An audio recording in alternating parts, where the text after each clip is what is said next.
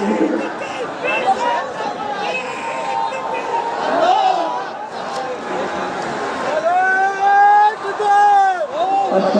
عليكم ورحمة الله وبركاته.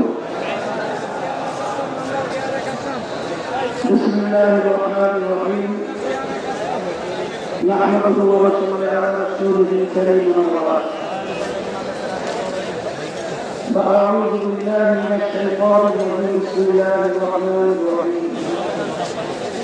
ظهر الفساد في البر والبحر بما كسبت أيدي الناس. صدق الله العلي العظيم. ويوصيكم الله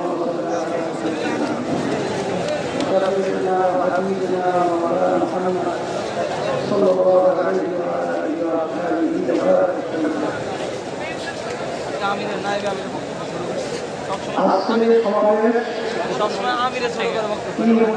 ইতিমধ্যে আমরা গুরুত্বপূর্ণ ব্যক্তিদের গুরুত্বপূর্ণ আলোচনার মাধ্যমে আমরা শেষ করেছি।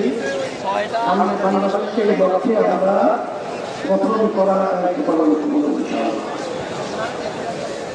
সমস্যার বিচার ও ক্রিয়ার পদ্ধতিতে জাতীয় নির্বাচন আয়োজনের দাবি এবং দেশ ও ইসলামী সকল ষড়যন্ত্র ও চক্রান্তের বিরুদ্ধে মুখোমুখিভাবে আয়োজিত ইসলামী আন্দোলন বাংলাদেশের আজকের মহাসমাবেশে উপস্থিত বিভিন্ন রাজনৈতিক দলের নেতৃবৃন্দ, ওলামায়ে কেরাম, সাংবাদিক বন্ধুগণ, শিক্ষাবিদ, বুদ্ধিজীবী ও প্রিয় দেশবাসী, সবাইকে আন্তরিক শুভেচ্ছা ও কৃতজ্ঞতা জানাচ্ছি। শুরুতেই জুলাই অভ্যুত্থানে জীবন উৎসর্গকারী বীর যোদ্ধাদের স্মরণ করছি। তাদের শোকাহত পরিজনের প্রতি সমবেদনা জ্ঞাপন করছি। আহত ক্ষতিগ্রস্ত সকলের প্রতি সম্মান ও কৃতজ্ঞতা জানাচ্ছি। 1957 সাল থেকে শুরু করে 1947 ও 1971 সকল যোদ্ধাদের প্রতি শ্রদ্ধা ও সম্মান প্রদর্শন করছি। ভাইরা আমার, দুর্নীতি দুঃশাসন মুক্ত সমৃদ্ধ ও উন্নত রাষ্ট্র নির্মাণের জন্য এ দেশের মানুষ শত শত বছর ধরে আত্মত্যাগ করে যাচ্ছে। সুশাসন প্রতিষ্ঠার জন্য রক্তের নজরানা পেশ করে যাচ্ছে। তারই ধারাবাহিকতায় 24শে জুলাই, আগস্টে ও আরেকটি গণ অভ্যুত্থান হয়েছে। আমাদের অতীতের আত্মত্যাগ বিফলে গেছে ভুল নীতি এবং অসুস্থ রাজনীতির কারণে। সুতরাং জুলাই অভ্যুত্থানকেও আমরা অতীতের মতো ব্যর্থ হতে যেতে পারি না। আবু সাঈদ ও মুক্ত আমাদের স্মৃতিতে অম্লান হয়ে আছে। আহতরা এখনো ক্ষত বয়ে বেড়াচ্ছে। তাই প্রয়োজনীয় রাষ্ট্র সংস্কার এখনই করতে হবে। পতিত শৈবতন্ত্রের সাথে জড়িতদের বিচার করতে হবে। আরেকটা কথা স্পষ্ট ভাষায় বলে দিতে চাই, পিআর পদ্ধতিতে নির্বাচন আয়োজন করার কোনো বিকল্প নাই। আজকের এই জনসমুদ্র পিআর পদ্ধতি নির্বাচনের পক্ষের জনসমুদ্র। সংগ্রামী দেশবাসী, 1972 সালে রচিত সংবিধান ছিল দেশের মানুষের বোধবিশ্বাস ও গণ আকাঙ্ক্ষার বিরোধী। সেই সংবিধান রচয়িতাদের স্বাধীন বাংলাদেশের সংবিধান রচনা করার ম্যান্ডেটই ছিল না। তারা ভিন দেশের সংবিধান অনুসরণ করেছিলেন, ফলে যা হওয়ার তাই হয়েছে। কোনো ক্ষেত্রেই কাঙ্ক্ষিত সমৃদ্ধ ও উন্নতি হয় নাই। রাজনৈতিক সংস্কৃতি কলুষিত হয়েছে। সবচেয়ে ভয়াবহ ব্যাপার হলো সংবিধান মেনেই স্বৈরাচার তৈরি হয়েছে। এজন্যই আমরা সংস্কারের প্রশ্নে অটল, অবিচল ও আদর্শহীন অবস্থান নিয়েছি। ভাইরা আমার, জুলাই অভ্যুত্থানের প্রধান লক্ষ্য ছিল দেশকে স্বৈরাচারের হাত থেকে রক্ষা করা। 54 বছরের জমা হওয়া জঞ্জাল দূর করা। অভ্যুত্থানের পরে সংস্কার কমিশন গঠন করা হয়েছে, আমরা মতামত দিয়েছি। এখন সংস্কার নিয়ে দ্বিতীয় দফা আলোচনা চলছে। আমরা লক্ষ্য করছি মৌলিক সংস্কারে কেউ কেউ গড়িমসি করছেন। এটা জুলাইয়ের সাথে বিশ্বাসঘাতকতা। স্বৈরাচার তৈরি রাস্তা খোলা রাখা যাবে না। সংস্কার না করে নির্বাচন আয়োজন করে দেশকে আবারও আগের অবস্থায় নিয়ে যাওয়া যাবে না। রাষ্ট্রের দুর্নীতি সহ সংসদের উভয় পক্ষে পিয়ার পদ্ধতি নির্বাচনের মতো বিষয় ঐক্যমুক্ত না হলে কোন ভোটের আয়োজন করতে হবে। ভাইরা আমার, পতিত ফ্যাসিস্ট জুলুমের রাষ্ট্র তৈরি করেছিল, হাজার হাজার মানুষকে গুম ও খুন করেছে, বিলিয়ন বিলিয়ন টাকা দেশ থেকে চুরি করে নিয়ে গেছে, লাখো মানুষকে কারাবন্দী করেছে, চাঁদাবাজি করে মানুষের জীবন প্রতিষ্ঠ করেছে, আর 24 জুলাই তো প্রকাশ্যে গণহত্যা করেছে। ফলে তাদের কোনো ক্ষমা নাই।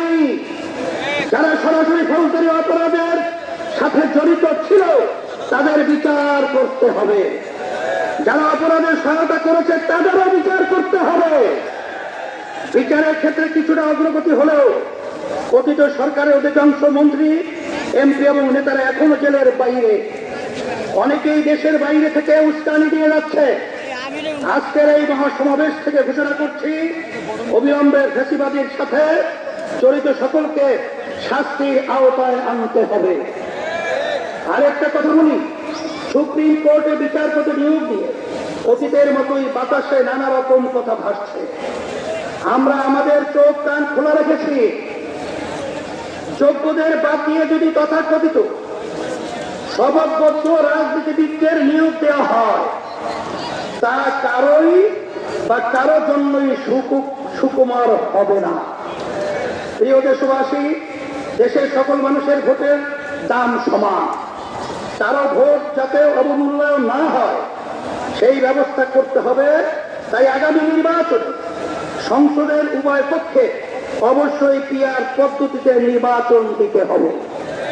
যে যা যত শতাংশ ভোট পাবে সংসদে তাদের সেই অনুপাতি হারে আসন থাকবে।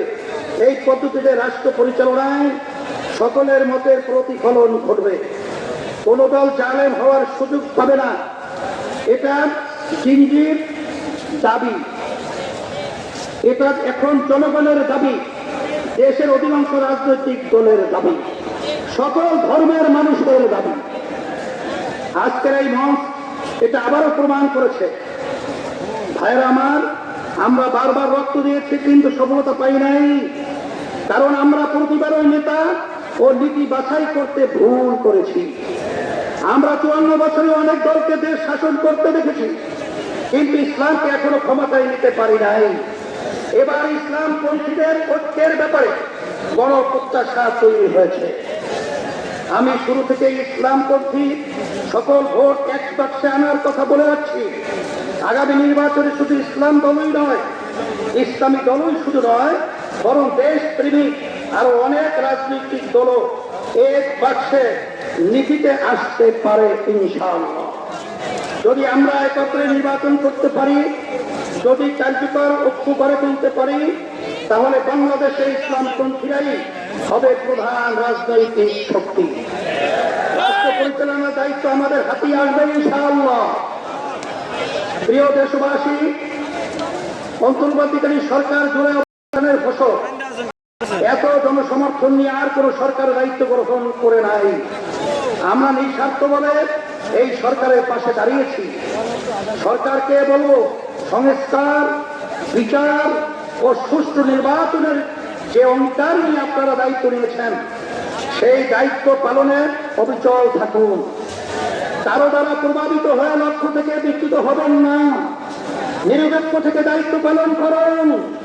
আমরা আপনাদের পাশে ছিলাম, আছি এবং থাকবো ইনশাআল্লাহ।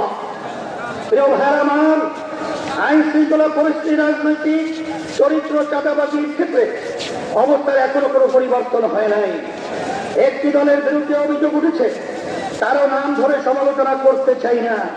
তবে পুরনো রাজনৈতিক অপসংস্কৃতি জিয়ে রাখার চেষ্টা সহ্য করা হবে না। রাজনীতি নামে সন্ত্রাস চাঁদাবাজিকে অবশ্যই প্রতিহত করতে হবে ইনশাআল্লাহ। ভাইরা আমার, আমাদের প্রধান লক্ষ্য হবে মানুষের জীবনের নিরাপত্তা নিশ্চিত করা এবং মানুষের জীবন মান উন্নত করা, ভবিষ্যৎ প্রজন্মের জন্য নিরাপদ দেশ গড়ে তোলা, মানুষের বিশ্বাস ও চিন্তার স্বাধীনতা নিশ্চিত করা। আমরা একটি সমৃদ্ধ বাংলাদেশ নির্মাণ করতে চাই। শ্রমিক ভাইদের উদ্দেশ্যে আমি বলতে চাই, অতীতে আপনাদের স্বার্থ রক্ষা করে আপনাদের ঘামের মূল্য কেউ নেই। ইসলামী আপনাদের স্বার্থ করা হবে ইনশাআল্লাহ। ব্যবসায়ী ভাইদের উদ্দেশ্যে আমাদেরকে চাঁদা দিতে হয়, প্রশাসনিক হয়রানি হতে হয়, বিদ্যুৎ নিয়ে ভোগান্তি হতে হয়, ঋণ নিয়ে ব্যতিব্যস্ত হতে হয়। ইনশাআল্লাহ আমরা রাষ্ট্র পরিচালনার দায়িত্ব আগামী হবে ব্যবসা বান্ধব বাংলাদেশ। জেনজি তরুণদেরকে বলি, তোমরা আমাদের ভবিষ্যৎ, আমাদের সম্ভাবনা কি আমরা বদ্ধ। আমি আমার প্রিয় তরুণ যুবক আশ্বস্ত করতে চাই, আগামী বাংলাদেশে তোমরাই হবে মূল শক্তি। ইসলামী আন্দোলন বাংলাদেশ তার ব্যবস্থা করবে ইনশাআল্লাহ। তোমাদের জীবনের প্রথম ভোট সত্যের পক্ষে, কল্যাণের পক্ষে, ইসলামের পক্ষে। যদি তোমরা এটা করতে পারো, এদেশকে আমরা গড়ে তুলবই ইনশাআল্লাহ। আমাদেরকে কেউ দমাতে পারবে না ইনশাআল্লাহ। আমরা কথা দিচ্ছি, আমাদেরকে দায়িত্ব দিলে দুর্নীতির দুঃশাসন মুক্ত একটি সমৃদ্ধ বাংলাদেশ তোমাদের উপহার দেব ইনশাআল্লাহ। প্রবাসী ভাইদের উদ্দেশ্যে আমি বলতে চাই, আপনারা এদেশের অর্থনীতির অন্যতম প্রধান শক্তি, আপনারা আমাদের প্রেরণা, আপনারা ভিআইপি।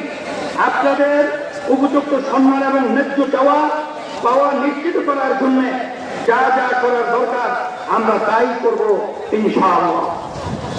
সম্মানিত ওলামায়ে কেরাম, আপনারা দেশের শ্রেষ্ঠ সন্তান, অথচ অনেক ক্ষেত্রেই আপনারা অবহেলিত এবং রাষ্ট্রের সুবিধা থেকে বঞ্চিত। আগামী নির্বাচনে আমরা দেশ পরিচালনার দায়িত্ব পেলে ওলামায়ে কেরামদের প্রাপ্য সম্মান ও মর্যাদা নিশ্চিত করব ইনশাআল্লাহ। প্রিয় দেশবাসী, ইসলামী আন্দোলন বাংলাদেশ প্রতিবেশী রাষ্ট্রের সাথে শান্তি ও সৌহার্দ্যপূর্ণ সম্পর্ক চায়, সহযোগিতামূলক সম্পর্ক চায়, নিরাপদ সম্পর্ক চায়। তবে কোন আগ্রাসী মনোভাব, অবৈধ হস্তক্ষেপ বা চোখ বাঙালি প্রত্যাশা করে না। বাংলাদেশের হিন্দু, বৌদ্ধ, খ্রিস্টান, উপজাতি, ক্ষুদ্র নৃগোষ্ঠী এবং মুসলমান সকলে মিলেই আমরা বাংলাদেশী। এই দেশ আমাদের সকলে, ধর্ম বর্ণ নির্বিশেষে সকলের জানমালের নিরাপত্তা নিশ্চিত করা এবং সবার জন্য সমান সুযোগ ও মর্যাদা প্রদান করা আমাদের রাজনৈতিক অঙ্গীকার। আমার মা বোনদের উদ্দেশ্যে বলতে চাই, নারীরা আমাদের জনশক্তি অর্থে। দেশ গঠনে নারীদের ভূমিকা খুবই গুরুত্বপূর্ণ। ইসলামী আন্দোলন বাংলাদেশ নারীর স্বাধীনতা, সম্মান, অধিকার নিশ্চিত করতে চায়। আমরা নারীর প্রতি কোনো প্রকার সহিংসতা বরদাস্ত করব না, নারীকে পণ্য বানাতে দেব না। নারীর প্রতি মর্যাদা সমুন্নত করাই আমাদের পবিত্র দায়িত্ব। ভাইরা আমার, এই মহাসমাবেশ থেকে আমরা ফিলিস্তিনি জনতার প্রতি সমর্থন ঘোষণা করছি। প্রথম মুক্তিসহ স্বাধীন ফিলিস্তিন রাষ্ট্র প্রতিষ্ঠার জন্য সব মুসলিম দেশের রাষ্ট্রপ্রধানের কার্যকর উদ্যোগ নেওয়া জোর দাবি জানাচ্ছি। সংগ্রামী ভাইরা আমার, আমরা রাষ্ট্রের সুশাসন চাই, জবাবদিহিতা নিশ্চিত করতে চাই। যেখানে রাষ্ট্রপ্রধান জনতার কাছে জবাবদিহি করতে বাধ্য থাকবে, আমরা ন্যায়ের শাসন প্রতিষ্ঠা করতে চাই, আমরা দুর্নীতিমুক্ত বাংলাদেশ প্রতিষ্ঠা করতে চাই, আমরা দক্ষ সৎ জনপ্রশাসন গড়ে তুলতে চাই। প্রতিষ্ঠার পর থেকে আজ পর্যন্ত ইসলামী আন্দোলন বাংলাদেশ কখনো অন্যায়ের সঙ্গে আপোষ করে নাই, সরকার পথে ক্ষমতায় যেতে চায় নাই, নীতি বিসর্জন দেয় নাই। সবকিছুর ঊর্ধ্বে আমরা ইসলাম, দেশ ও জনগণের স্বার্থকে প্রাধান্য দিয়েছি। আগামীতেও আমরা প্রত্যাশাকে পূরণ করতে চাই। প্রিয় নেতাকর্মী বৃন্দকে বিশেষ করে আমরা বলবো, আপনারা অনেক ঘাম ঝরিয়েছেন, অনেক সময় দিয়েছেন, অনেক রক্ত দিয়েছেন, জীবন দিয়েছেন। আপনাদের কোরবানির বদৌলতে ইসলামী আন্দোলন বাংলাদেশ আজ জনমানুষের শক্তিশালী রাজনৈতিক দলে পরিণত হয়েছে। এখন সময় ফসল ঘরে তোলা। সুতরাং মহাসমাবেশ থেকে ফিরে গিয়ে কমিটিগুলোকে আরো সক্রিয় করুন, গ্রাম মহল্লা ভোট কেন্দ্র ভিত্তিক কমিটি গঠন করুন, সকল ভোটারের কাছে গিয়ে দাওয়াত দিন, তাদের সামনে ইসলামের সৌন্দর্য শ্রেষ্ঠত্ব তুলে ধরুন, সকল ধর্ম মত ও মাসলাকের সাথে সম্পর্ক উন্নয়ন করুন, সকল পেশাজীবীদের সাথে সম্পর্ক ঘনিষ্ঠ করুন। প্রিয় দেশবাসী, আগামী বাংলাদেশ ইসলামের বাংলাদেশ, আগামী বাংলাদেশ দেশপ্রেমিকদের বাংলাদেশ, এই লক্ষ্য অর্জনের সকলকে সর্বোচ্চ শক্তি নিয়োগ করার আহ্বান জানাচ্ছি। আসুন সকলে মিলে আমাদের স্বপ্ন পূরণে একযোগে কাজ করি। আজকের মহাসমাবেশে আসার জন্য সবাইকে আবার ধন্যবাদ ও কৃতজ্ঞতা জানাচ্ছি। ইসলামী আন্দোলন বাংলাদেশের সকল নেতাকর্মীকে শুকরিয়া জানাচ্ছি। আপনারা যারা পরিশ্রম করেছেন তার প্রতিদান একমাত্র আল্লাহই প্রদান করবেন ইনশাআল্লাহ। সারা দেশ থেকে যারা এসেছেন, সহযোগিতা করেছেন, প্রচার করেছেন এবং বুদ্ধি পরামর্শ দিয়েছেন, তাদের সবার জন্য অন্তর থেকে বলছি জাযাকুমুল্লাহ খায়রান। আল্লাহ আপনাদের প্রতিদান দিবেন। প্রশাসনের ভাইদের শুকরিয়া জানাই, সাংবাদিক বন্ধুদের শুকরিয়া জানাই, আরো যারা যেভাবে সহায়তা করেছেন তাদের সবার জন্য আল্লাহর কাছে দোয়া করি। আল্লাহ হাফেজ। ইসলামী আন্দোলন বাংলাদেশ এমন একটা অবস্থান আপনাদেরকে মেসেজ দিয়েছে, 5ই আগস্টের পরে এখন ইসলামের পক্ষে যে ক্ষেত্র তৈরি হয়েছে, এই ক্ষেত্রে যদি আমরা মাঠের ময়দানে সোচ্চার না থাকি, তাহলে এই দেশের ভিতরে মাঠের ভিতরে এবং আমাদের বাংলাদেশে কলুষিত করবে।